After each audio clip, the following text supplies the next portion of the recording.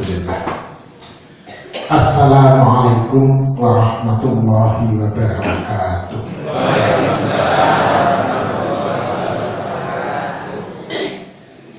Alhamdulillah. Alhamdulillahilladzi arsala rasulahu bil huda wa dinil haqq liyudhhirahu 'ala dini kullih walau karihal kafirun. Asyhadu an la ilaha illallah wa asyhadu anna Muhammadar Rasulullah. Allahumma sholli wa sallim wa barik ala nabiyil karim Muhammadin sallallahu alaihi wasallam wa ala alihi wa sahbihi ajma'in, amma ba'du.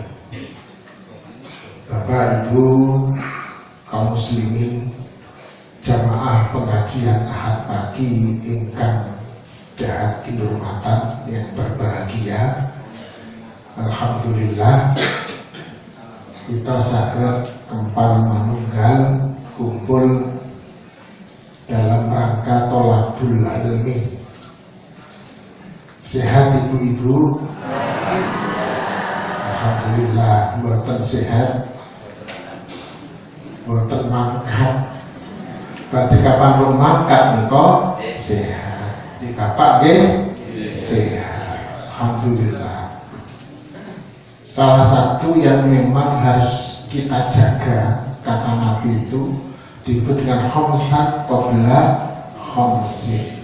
Jaga yang 5 sebelum 5. Jaga 5 sebelum datang yang 5. Gak ada teteretnya ya. Itu adalah menjaga apa yang salah satunya sihataka qabla marodika, menjaga sehat sebelum. Maksudnya itu jaga sehat, jangan sampai sakit. Tapi kalau nggak pernah sakit, nanti dokter nganggur. Ternyata sakit itu juga penting. Ngasih pekerjaan dokter paling obat. Alhamdulillah, Bapak sekalian. Yang kedua, sholawat dan salam semoga senantiasa kita sampaikan pada Rasulullah Muhammad SAW. Sholawat sederhana yang masuk, meskipun ini bukan sholawat Jibril ya, bukan sholawat Ibrahimiyah, tapi sering disebut dengan sholawat Jibril tanpa tambahan, itu nyaman sekali. Sallallahu ala Muhammad, sallallahu alaihi wasallam, sallallahu ala Muhammad, sallallahu alaihi wasallam. Sekali lagi, sallallahu ala Muhammad, sallallahu alaihi wasallam, sallallahu ala Muhammad, sallallahu alaihi wasallam. Kata Nabi, barang siapa yang bersolawat kepadaku, bersolawat itu mendoakanku, kata Nabi, Allah akan bersolawat kepadanya 10 kali. Jadi Allah mendoakan kita 10 kali. Yang mendoakan itu Allah. Maka solawat pada hari ini, apalagi ini hari yang berbahagia di bulan Rabiul Awal. Kalau dalam sejarahnya Bapak Ibu sekalian, bentar nih, difoto dulu Bu. Jadi kalau mau mengikuti kalender wujudul hilal maupun KHGT, bulan Rabiul Awal ini dimulai sama, yaitu hari Rabu tanggal 4 September. Kalau tanggal 1 Rabiul Awal itu 4 September, sekarang adalah tanggal 15 September. Berarti hari Ahad ini bertepatan dengan tanggal 12 Rabiul Awal. Tetapi kalender nasional hari tanggal 1 Rabiul Awal itu dimulai hari Kamis bertepatan tanggal 5 September. Sehingga Rabiul Awal tanggal 12 itu jatuh besok pada hari Senin. Cuma nggak terasa bedanya karena nggak ada puasa, nggak ada hari raya. Coba hari raya kelihatan beda, padahal permulaannya ini berbeda. Maka KHGT, apa KHGT itu? Kalender Hijriah Global Tunggal. Bukan lepas nih, bukan itu ya. Ya benar dengan kalender tempat maupun. Jadi kalender KHGT itu berarti dimulai Rabu, sekarang tanggal 12. Kalau yang kalender nasional karena mengikuti 3 derajat Mabims, imkaniyat ru'yahnya Mabims, maka sekarang baru tanggal 11 Rabiul Awal. Besok baru tanggal 12. Apa sih Bapak Ibu sekalian yang mau kita ambil dari Nabi? Masya Allah, Rasulullah SAW, orang yang kita rindukan, manusia terbaik di alam ini yang sebelum penciptaannya sudah Allah tunjukkan namanya, Muhammad. Muhammad dari kata hamidah yahmadu, itu memuji. Hamidun itu orang yang memuji. Hamidun, kemudian kalau di mubalaghahkan Ahmad, jadi Hamidun jadi Ahmad, orang yang memuji, orang yang sangat memuji, itu Ahmad. Lalu Mahmud, Mahmud itu yang terpuji, yang dipuji. Tapi biasanya kalau Mahmud, dia kebaikannya masih terbatas. Mahmud terpuji. Kenapa dia terpuji? Karena dia punya kebaikan, minimal satu kebaikan, namanya Mahmud. Makanya orang setelah Nabi Muhammad SAW itu namanya kalau enggak Hamid, Ahmad, Mahmud. Nah yang tertinggi itu adalah Muhammad. Mahmud di mubalaghahkan jadi Muhammad, itu adalah orang yang sangat terpuji karena seluruh hidupnya itu adalah baik.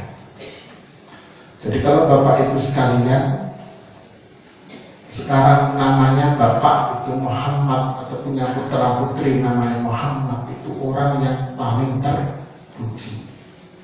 Kita boleh mengikuti nama Nabiullah Muhammad SAW, tetapi beda karena beliau adalah Rasulullah.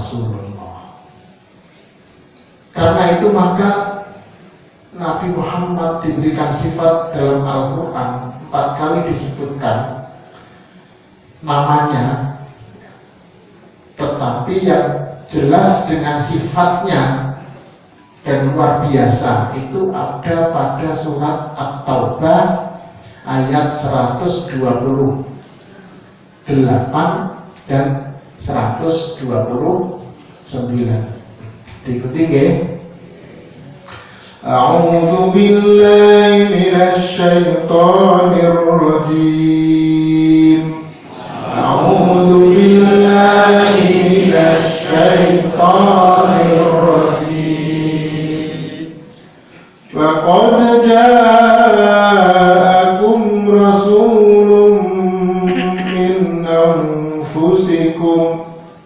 Laqad ja'akum rasulun min anfusikum azizun 'alaihi ma 'anittum azizun 'alaihi ma 'anittum harisun 'alaikum bil mu'minina raufur rahim bil mu'minina raufur rahim. Surat At-Taubah ini sebenarnya turun di Madinah, namanya surat Madaniyah, tetapi khusus 2 ayat ini turunnya di Mekah untuk menunjukkan siapa Rasul itu dalam masa kesulitan waktu itu ditolak oleh orang-orang Quraisy, bahkan sebelum pemboikotan yang dilakukannya selama 3 tahun. Laqad ja'akum, sungguh benar-benar telah datang kepada kalian. Jadi laqad ja'akum ini firman Allah untuk menjawab doa Nabiullah Ibrahim dan Ismail.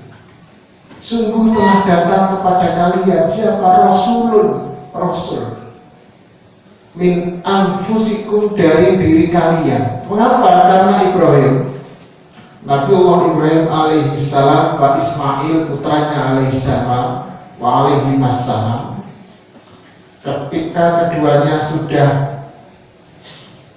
meninggikan, membangun bangunan Ka'bah, mereka berdoa. Apa doanya? Rabbana wa ba'as fihim rasulan minhum, wahai Tuhan kami, tolong utuslah fihim, pada mereka nanti ini. Di mana itu? Di Mekah. Rasulan, seorang rasul,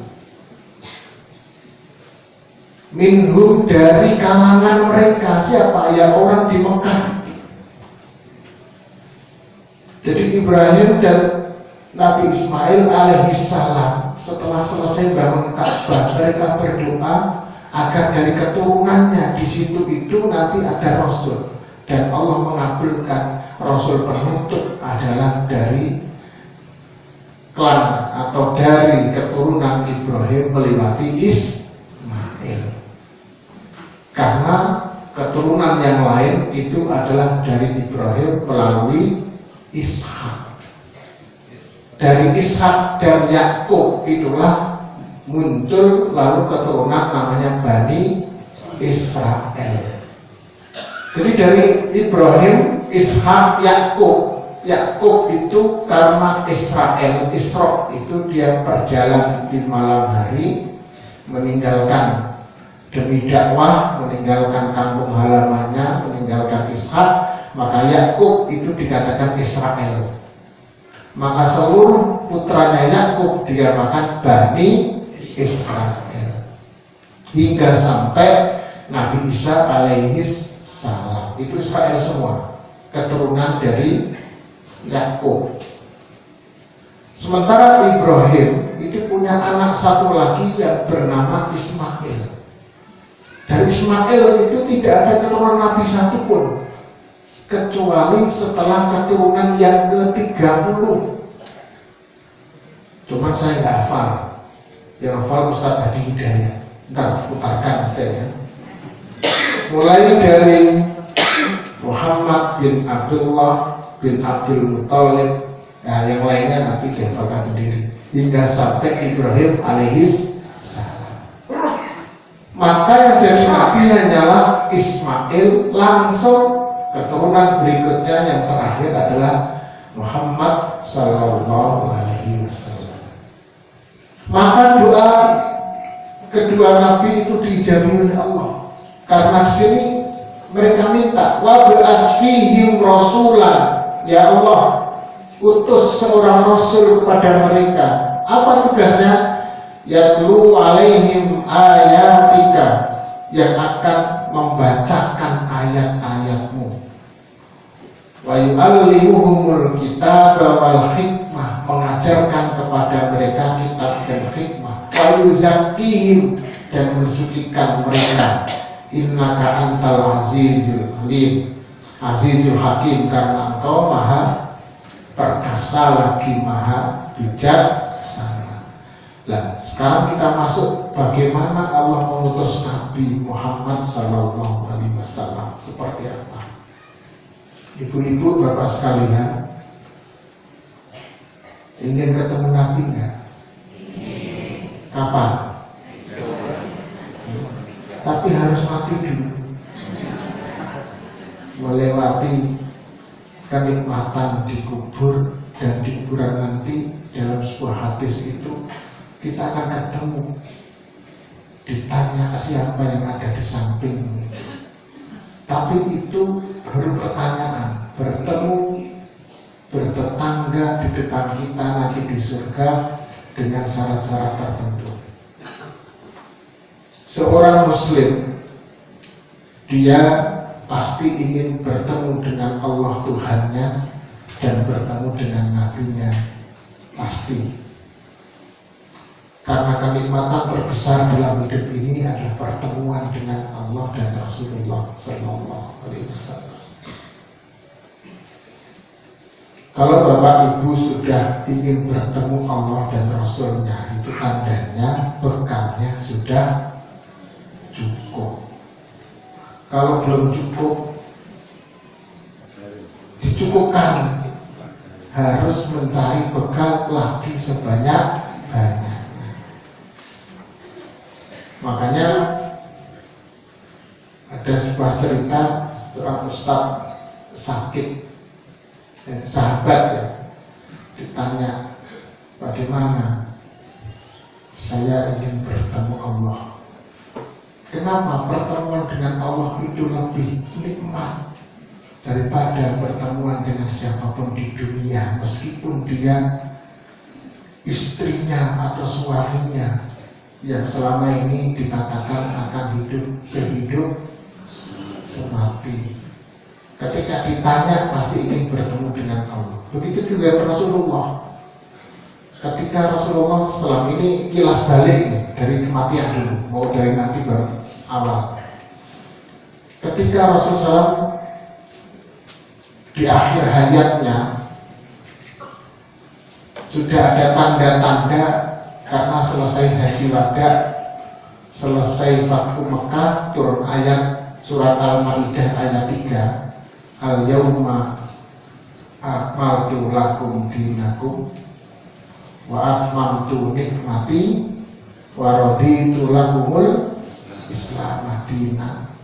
Semua sahabat sudah linglung, kalau sudah disempurnakan ini apa tandanya?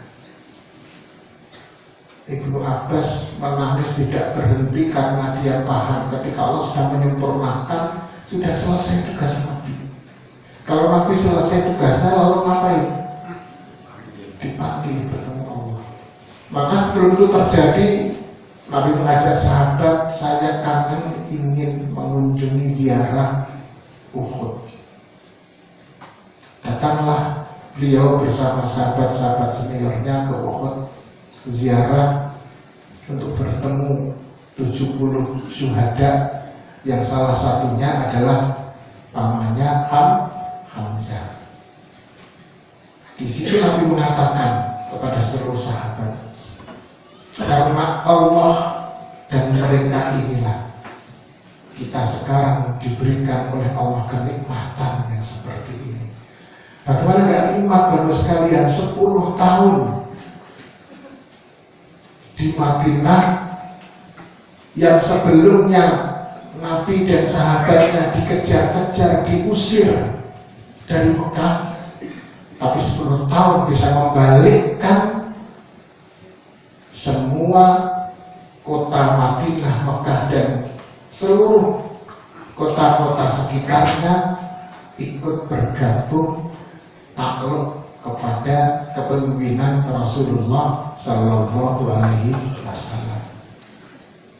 Karena itu jelas kehebatan Islam. Maka karena mereka inilah kata Nabi, lalu pulang Nabi. Di tengah perjalanan Nabi mengatakan begini, saya ini rindu kepada saudara-saudaraku. Ini kan sudah akhirnya. Sahabat bertanya, ya Rasulullah, kenapa engkau rindu saudaramu? Bukankah kami ini saudaramu? Kata Nabi, bukan. Kalian adalah para sahabatku. Saya rindu dengan saudaraku. Siapa mereka ya Rasul? Saudaraku adalah orang-orang yang beriman kepadaku tanpa mengetahui aku. Dia percaya dengan apa yang aku bawa tanpa pernah bertemu denganku. Aku rindu pada mereka. Siapa ibu-ibu? Ya kita ini. Kita ini dikatakan Nabi itu saudaranya karena kita beriman, mengikuti syariat yang dibawanya tanpa pernah melihat. Kita dirindukan oleh Nabi. Lalu pulanglah Nabi ke rumah Maimunah, salah satu istrinya. Nabi itu istrinya 12, tapi bertemu itu 9, yang lainnya sudah meninggal. Bapak berapa Pak? 1 aja, 1 anak rumah. Saya juga 1 loh Bu, 2 anaknya. Kemudian saya ajak sekarang, saya nggak berani ngomong apa-apa itu, ngajak istri kok, agak sakit hati. Kemudian di Siti Maimunah itu Nabi mengatakan, tolong kumpulkan semua istri, kumpullah semua di rumah Maimunah. Sampai di sana Nabi mengatakan, wahai istri-istriku, bolehkah saya mohon 1 permintaan akhir ini? Silakan wahai Rasul. Saya merasa sudah dekat waktunya saya bertemu dengan Tuhanku. Saya ingin di akhir hayatku ini bersama dengan Aisyah. Boleh tidak? Istrinya menjawab semuanya, silahkan engkau yang akan menentukan dengan siapa engkau akan berada. Sehingga semua sepakat membolehkan di akhir hayat itu Nabi di rumah Aisyah. Dan rumah Aisyah itu rumah yang paling dekat dengan masjid yang sekarang menjadi tempat Nabi dikuburkan. Kalau Bapak Ibu sudah haji itu, kita biasa sholat yang disebut dengan apa? Taman Raudhah, yaitu rumah Nabi dan apa namanya, mimbar Nabi. Contoh kecil itu harus gantian. Sholat saja diperdengi orang lain. Sholat di belakang nundul-nundul bokong-bokong. Saking sempitnya, banyak orang di situ. Sampai di situ sekalian, setelah minta izin, akhirnya Nabi bilang, tolong panggilkan Abbas ya, dan Ibnu Abbas dan Abdullah ya, paman Nabi. Lalu datanglah mereka memapah Nabi hingga sampai ke rumah Aisyah. Mendengar berita itu para sahabat semua galau. Nabi kok sudah seperti itu, dibopong ke rumah Aisyah, semua berkumpul di masjid, ramai di situ. Ketika Nabi sampai rumah, di situ ada Aisyah dan para sahabat-sahabat senior, Abu Bakar, Umar, Utsman, Ali, Abdurrahman bin Auf, Salman Al-Farisi dan lain-lainnya di rumah itu. Nabi bertanya, ada apa? Ramai sekali saya dengar. Para sahabat semua berkumpul di masjid ya Rasul. Mereka mendengar Anda sakit, yang sakitnya sudah agak parah. Tolong saya dibawa ke podium. Lalu keluarlah Nabi ke podium. Itulah pernyataan Nabi terakhir pada para sahabat. Dia mengatakan, wahai manusia kaum ini, apakah sudah saya sampaikan semuanya? Sudah. Barang siapa yang sekarang ada di sini pernah saya sakiti, maka sekarang waktunya untuk membalasnya. Saya tidak mau dibalas di akhirat nanti. Barang siapa yang pernah punya hal yang tidak baik yang saya lakukan, maka sekarang waktunya membalas. Semua terdiam dengan menangis para sahabat itu. Menangis, kalau sini guguk-guguk. Gimana seorang nabi minta dibalas ya. Di situ itu. Ceritanya panjang, tetapi Nabi menjelaskan dua hal yang pokok. Yang pertama adalah sholat, yang kedua adalah berlaku baik kepada orang yang lemah, termasuk para wanita, budak-budak, tidak boleh zalim kepada mereka.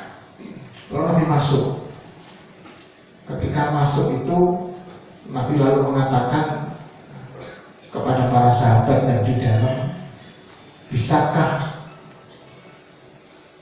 saya ditinggalkan berdua dengan Aisyah di rumah ini? Lainnya bisa keluar. Makanya Aisyah itu adalah istimewa. Kalau mau membaca kisah Nabi ditulis oleh Imam At-Tirmidzi di dalam kitab Asy-Syama'il Al-Muhammadiyah. Bahasanya Muhammadiyah itu bukan organisasi loh ya. Asy-Syama'il Al-Muhammadiyah. Di situ ada 60-an bab, mulai dari Nabi lahir sampai Nabi wafat, perjalanan Nabi, semuanya ada di situ. Sudah diterjemahkan ke dalam bahasa Indonesia.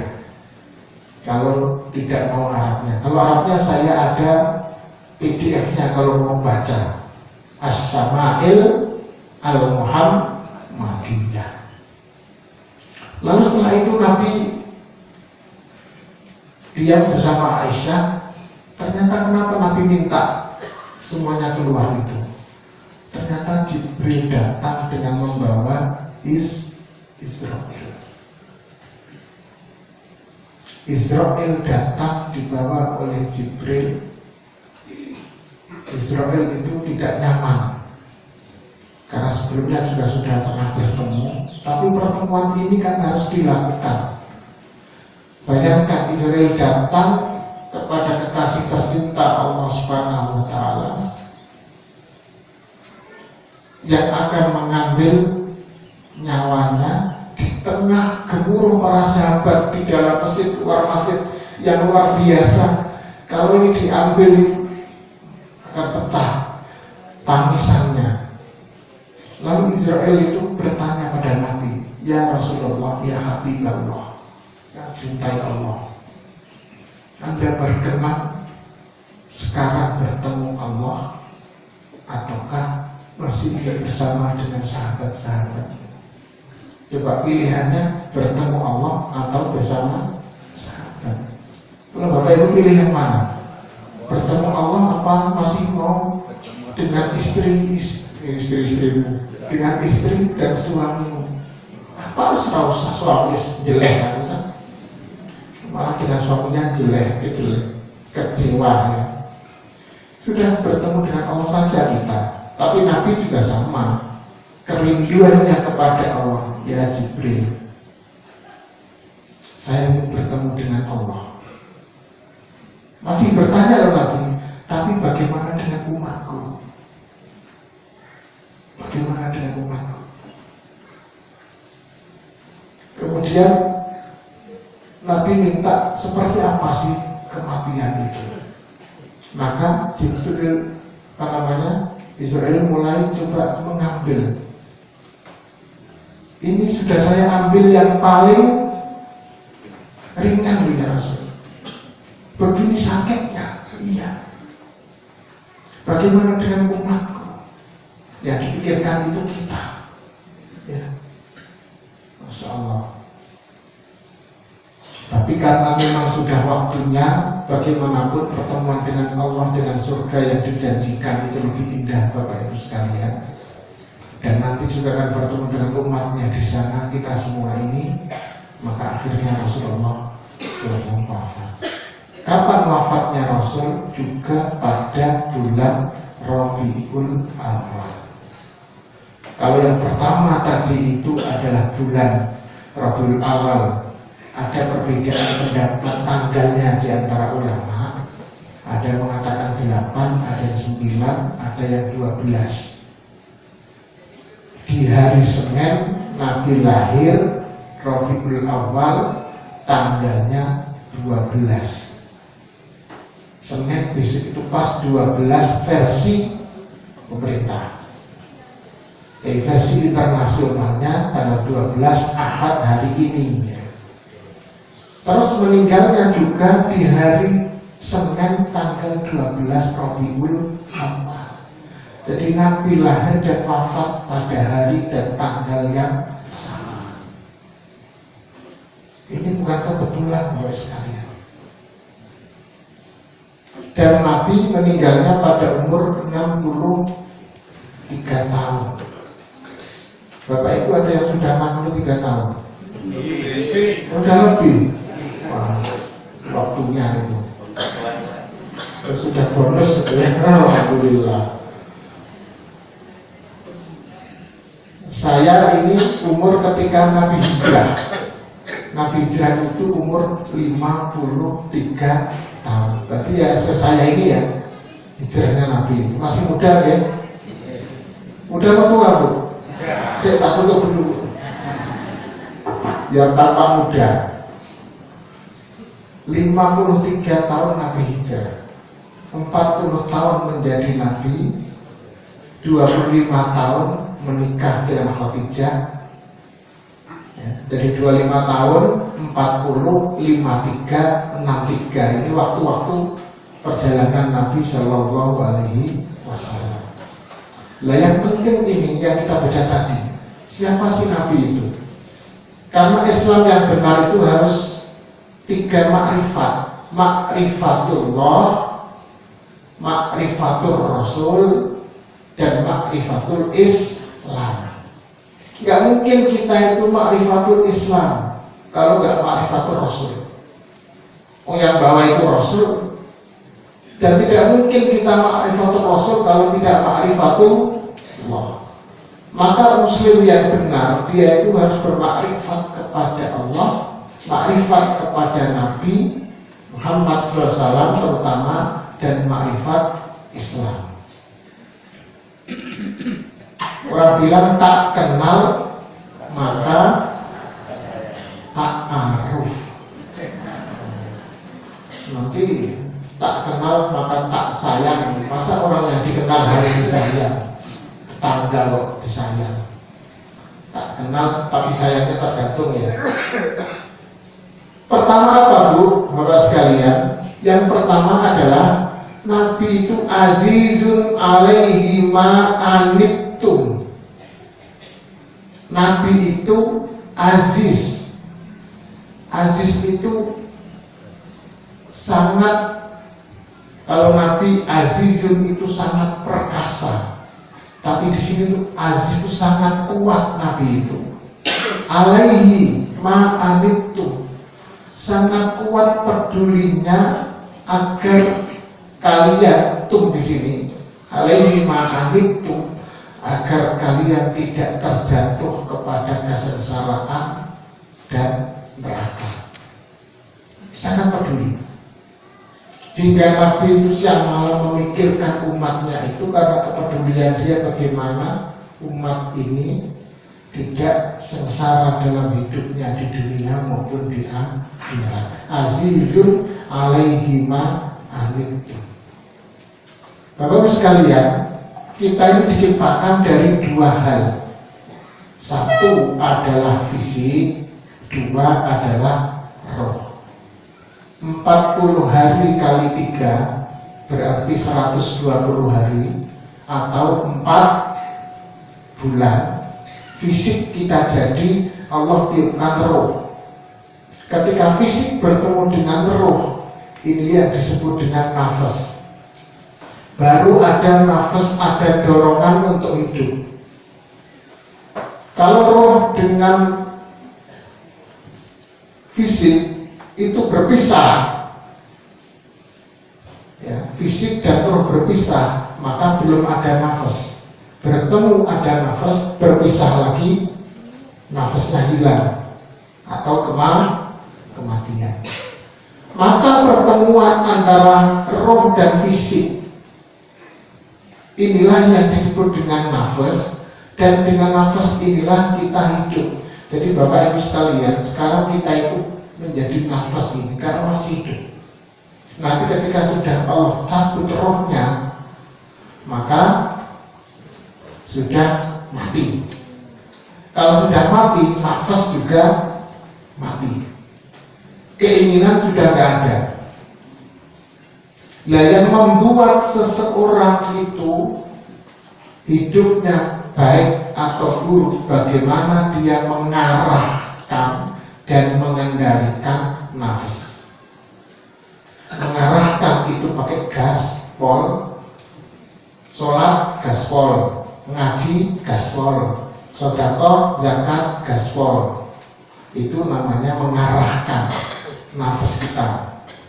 Sementara untuk sesuatu yang mungkar, yang jahat, rem, dikontrol. Belajarnya lewat puasa, karena puasa itu mengontrol nafas. Puasa itu kan mengendalikan makan dan minum, perut, dan yang di bawah perut. Ya, perut dan bawah perut itulah yang menjadi pangkal dari kejahatan. Semua yang terjadi dari kejahatan itu demi perut dan demi yang di bawahnya. Nah, maka itu diarahkan, dikontrol.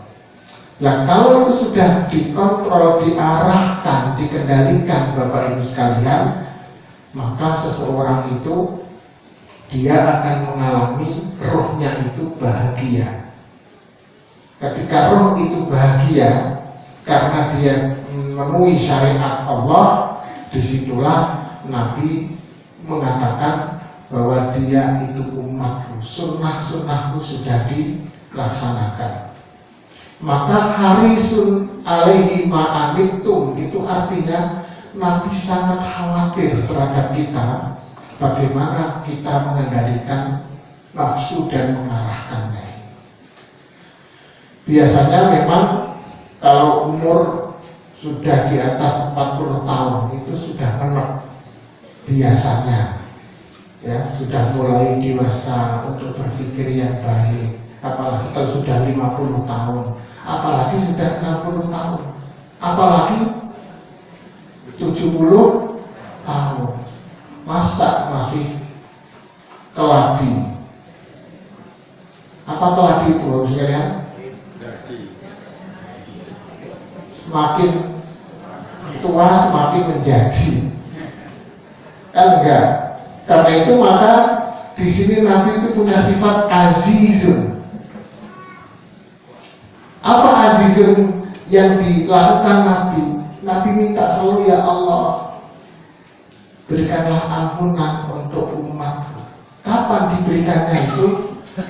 Ketika kita melaksanakan perintah-perintahnya, meninggalkan larangannya, juga ketika bersolawat kepada. Yang kedua, harisun alaikum. Nabi itu menginginkan kita bersamanya di surga. Jadi selain Nabi itu mengendalikan agar kita ini hati-hati dengan perbuatan-perbuatan yang menjerumuskan ke dalam kesengsaraan, Nabi juga menginginkan harisun alaikum, menginginkan bahwa kita akan hidup bersamanya di surga. Kita kan gak pernah bertemu, kita ini saudara. Pertemuan kita yang nanti di sana. Yang ketiga adalah bil mu'minina raufur rahim. Dengan orang-orang yang beriman, Nabi itu sangat rauf. Raufun itu lembut, pengasih, rahimun penyayang. Sehingga dalam perjalanan para sahabat, dia mencatat kalau sekalian berapa tahun?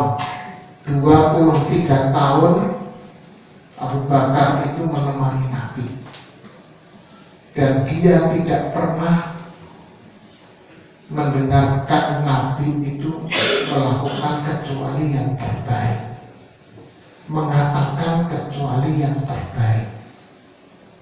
Maka memang hidupnya dipenuhi dengan kebaikan. Lahirnya saja Nabi Shallallahu Alaihi Wasallam itu dalam kondisi yang rusak jahiliyah, yang sebelumnya Mekah mau dihancurkan oleh pasukan gajah. Saat itu di dalam beberapa riwayat dikatakan ketika Nabi ini lahir di Mekah, itu kan di dalam kitab Zabur, Taurat, Injil kan sudah ada tentang sifat-sifat Nabi terakhir itu. Salah satunya kelahirannya itu akan ditemukan bintang yang keluar hanya saat itu. Maka orang-orang Yahudi, kebanyakan Yahudi kan di Madinah, Mekah itu orang Quraisy musyrikun penyembah berhala. Kalau Yahudi Nasrani kebanyakan di Madinah. Orang di Madinah malam itu dia melihat isyarat yang ditunjukkan oleh kitabnya. Dia melihat langit yang begitu cerah, kan nggak ada listrik ya, jadi nggak ketahuan, gelap semua, sehingga dulu kita itu enak sekali waktu kecil. Bapak itu sekalian sudah di listrik nih. Waktu saya nggak di listrik waktu saya, karena saya di kampung, Bu. Itu melihat bulan, bintang, apalagi mulai tanggal 12 sampai 17 itu kayaknya hidup itu nyaman. Sekarang kita anak-anak nggak tahu kapan bulan purnama. Dulu ingat betul karena waktu itu kita main-main apa gobak sodor, macam-macamnya. Itu permainan malam itu. Lah di Madinah itu ramai. Ini adalah pertanda yang ditunjukkan oleh kita. Tolong cari siapa yang malam hari ini putranya, anaknya seorang melahirkan anaknya, betul ya, seorang ibu yang melahirkan, dicari semadinah tidak ada yang melahirkan malam itu. Kecewa dia. Lalu dia mendengar yang ada seorang yang lahir tapi di Mekah, yaitu anaknya Abdullah bin Abdul Muthalib. Lalu Abdul Muthalib memberi nama Muhammad. Mereka kecewa karena mereka berharap Nabi terakhir adalah dari kalangan mereka. Karena Allah mengatakan memang mereka diberi keutamaan. Ya Bani Israil adhkuru ni'mati allati an'amtu alaikum. Wahai Bani Israel, ingatlah nikmatku yang aku berikan kepadamu. Wa anni faddaltukum alal alamin, dan aku memberikan keutamaan kepada kalian Bani Israel daripada seluruh alam. Jadi Bani Israel itu memang Allah berikan keutamaan luar biasa. Cerdas-cerdas mereka itu. Pemilik Nobel, peraih Nobel terbanyak itu orang Yahudi. Muslim itu hanya 2, itu pun dari dari Iran, karena memang Iran itu dulu tempatnya ilmu pengetahuan. Yang kita kenal pemilik Nobel itu adalah orang-orang Yahudi. Meskipun Muslim dulu sebelumnya sudah mencapai bintang-bintang kayak Ibnu Sina, ya, Ibnu Rus, Ibnu Khaldun, dan lain-lainnya, tetapi memang zaman modern teknologi ini banyak dikembangkan oleh Yahudi. Orang-orang terkaya sekarang itu Yahudi kebanyakan, Yahudi semua, sehingga nggak usah pakai Yahudi, yang membuat ini juga Yahudi. Ya ini jangan-jangan termasuk pemilik modal terbesarnya adalah Yahudi. Memang Allah berikan keutamaan, tapi umat Islam lebih dari itu. Apa kata Allah? Kuntum khairu ummatin ukhrijat linnas. Kalian ini sebaik-baik umat yang dilahirkan untuk manusia. Mereka tidak punya keutamaan, tapi yang terbaik adalah umat yang diturunkan menjadi Muslim ini. Maka Muslim itu sebaik-baik umat. Ketika ta'muruna bil ma'ruf wa tanhauna 'anil munkar. Nama Muhammad itu diberikan oleh kakeknya Abdul Muthalib. Lalu banyak keajaiban ketika Nabi mulai dari lahir, masa kecilnya hingga sampai usia remaja, hingga ditinggalkan oleh ibunya. Bapaknya sudah tiada sebelum dia lahir. Lalu ibunya setelah umur 6 tahun, lalu kakeknya setelah umur 10 tahun, lalu diurus oleh pamannya, meninggal. Pamannya itu ketika umurnya 43 sebelum Isra Mi'raj 3 tahun, berarti 53, umur 50 atau 48 tahun Abu Thalib wafat, lalu Khadijah wafat, ya. Tetapi yang jelas Bapak Ibu sekalian, Nabi Shallallahu Alaihi Wasallam dalam perjalanan masa kecilnya itu dikagumi. Semua orang Mekah mengatakan kagum kepada Nabi, kepada Muhammad sebelum jadi Nabi.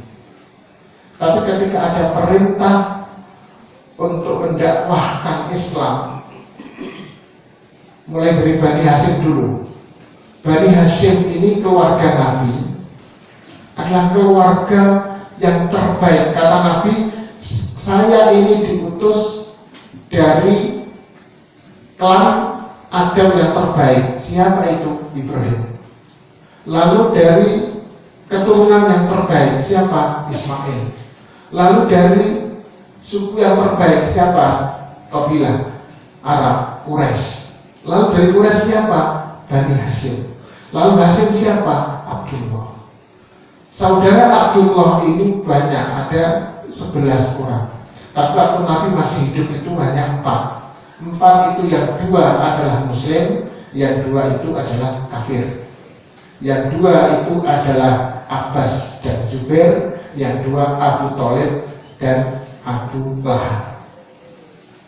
Abu Thalib ini dia meskipun kafir, tapi dia membela Nabi dan sampai akhir hayatnya belum sempat untuk masuk Islam, sehingga Nabi menangisinya. Tapi Abu Lahab, nah ini kisah Abu Lahab sedikit. Ketika Nabi mengajak keluarganya, dipanggil ketika di sofa, wahai keluarga Bani Hashim, datang ke sini semua, datang. Lalu dia mengatakan, wahai Bani Hashim, seandainya aku katakan di belakang sana ada pasukan mau menyerang kita, Anda percaya nggak? Percaya. Kenapa Anda percaya? Karena yang bilang adalah Anda. Dan Anda, Muhammad, tidak pernah berbohong sekalipun. Dan Nabi memancing dengan itu. Lalu berkatakan, sekarang saya katakan, bahwa saya dapat nubuwah, saya mengajak kalian untuk bertauhid yang benar kepada Allah, beriman kepada Allah. Terdiam semua. Kalau tadi percaya, ini terdiam. Salah satu yang menolak adalah Abu Lahab pamannya. Tabban laka ya Muhammad alihada jamak tanah. Celaka Muhammad. Apakah hanya karena ini kau kumpulkan kami? Padahal Abu Lahab itu orang yang gembira, yang membantu waktu bayi Nabi Muhammad itu Abu Lahab. Bahkan dia yang menyuruh budaknya untuk datang menyusui Nabi. Dan karena Nabi mau hanya beberapa saja, lalu hadiahnya Abu Lahab memerdekakan budaknya itu. Tapi kalau ini alasan lain urusannya, kenapa? Karena Abu Lahab tidak mau menerima menerima hidayah. Turunlah ayat Tabbat yada Abi Lahab wa tab sampai akhir. Dan itu dianggap orang-orang Arab itu syair, lalu dibaca kemana-mana. Jadi semua baca Tabbat yada Abi Lahab. Ya, sampai akhir itu kan mencela Abu Lahab itu. Maka Abu Lahab dengan istrinya yang disebut dengan Ummu Jamil. Ummu Jamil itu ibu yang cantik tapi jahat. Dia itu saking stresnya, maka dia mencari Nabi dengan membawa batu. Dan dalam bertafsir katakan kayu. Dia bertemu dengan Abu Bakar di masjid. Padahal Abu Bakar itu bersama dengan Nabi di Ka'bah. Kata Abu Bakar, ya Rasul, itu ada istri Abu Lahab. Kayaknya saya lihat kurang nyaman. Sudah diam saja, biarkan saja dia tak tahu. Datanglah dia bertemu dengan Abu Bakar. Ya Abu Bakar, mana temanmu? Siapa yang Anda maksud? Muhammad. Iya. Jadi sampai namanya pun Ummu Jamil nggak mau menyebut nama Muhammad itu. Ya, saking bencinya dia. Mana dia? Kalau dia ada akan aku sumpal mulutnya dengan batu ini. Padahal Nabi Muhammad ada di mana? Di depannya, nggak tahu. Karena Allah sudah membutakan matanya. Sehingga dia mengatakan bukan lagi Muhammad, mana itu Al-Muzammam, orang yang Zamimah. Zamimah itu kalau Muhammad ya. Mahmud, Muhammad ini adalah Al-Madmum, Al-Zammam, Muzammam. Muzammam itu orang yang penuh dengan celaan dan keburukan. Jadi memanggil Muhammad, Ummu Jamil itu adalah Muzammam.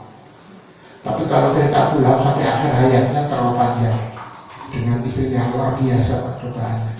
Tapi yang jelas sekalian, di hari yang mulia ini, di mana Nabi dilahirkan, meskipun Allah tidak membuat hari ini mulia tidak, karena hari ini adalah hari Maulid. Apa Maulid itu? Maulidun Nabi itu adalah hari atau waktu Nabi dilahirkan. Maulidun Nabi. Biasanya kalau di Jawa Timur ada cowean. Kalau nggak tahu di sini apa budayanya, nggak ada ya. Dulu ada. Kalau di Jogja itu sekateng, tapi sekarang sudah hilang. Sekateng juga sudah hilang. Kalau Maulud itu Nabi yang dilahirkan, kalau Maulid itu waktu kelahiran. Apa hukumnya Maulid? Tidak ada. Hukumnya Maulud tidak ada. Wong itu masa hukumnya Nabi dilahirkan? Nabi dilahirkan itu ya Allah yang melahirkan, Allah yang mengadakan. Nggak ada hukum kan kalau kita melakukan sesuatu, maka nggak ada hukumnya. Adapun kalau kita itu melakukan hal-hal seperti pengajian ini kan pengajian hari Ahad sudah seperti biasa. Bahkan kita mengadakan acara atau pengajian di hari Maulid itu juga dibolehkan saja, tidak ada persoalan. Kenapa? Karena hukumnya umum. Apa umumnya? Bahwa melakukan apapun kebaikan di hari apapun itu dibolehkan. Hukumnya umum. Kecuali kalau memang kita lalu mempersulit diri seakan-akan itu kewajiban. Nah, itu yang agak ini. Terus sekalian, marilah kita bermakrifat kepada Nabi Sallallahu Alaihi Wasallam. Kita minta kepada Allah Subhanahu Wa Taala untuk senantiasa memberikan sholawat dan salam kepada Nabi Muhammad Sallallahu Alaihi Wasallam. Kita bersolat lagi sekali lagi ya di akhir ini. 1, 2, 3. Sallallahu alaihi Muhammad. Sallallahu alaihi wasallam. Sallallahu alaihi Muhammad. Sallallahu alaihi wasallam. Biasanya ada pertanyaan, betul nih? Langsung nih. Marilah kita berdoa di akhir pengajian ini dan salam. Katanya juga ada ibu-ibu dari PDA. Selamat datang. Sudah mau pulang? Karena 3 hari Baitul Qor. Semoga sukses Baitul Qor-nya. Kita berdoa kepada Allah Subhanahu Wa Taala. Allah memberikan hidayahnya kepada kita di usia yang masih tersisa, di perjalanan yang masih ada. A'udzubillahi minasyaitonir rajim. Bismillahirrahmanirrahim. Alhamdulillahirabbil alamin arrahmanir rahim maliki yaumiddin. Iyyaka na'budu wa iyyaka nasta'in. Ihdinas siratal mustaqim. Ihdinas siratal mustaqim. Siratal ladzina an'amta 'alaihim ghairil maghdubi 'alaihim waladdallin. Amin. Allahumma shalli 'ala Muhammad wa 'ala ali Muhammad kama shallaita 'ala Ibrahim wa ali Ibrahim fil 'alamin innaka Hamidum Majid. Allahumma ighfir lana dzunubana wa kaffir 'anna sayyi'atina wa tawaffana ma'al abrar.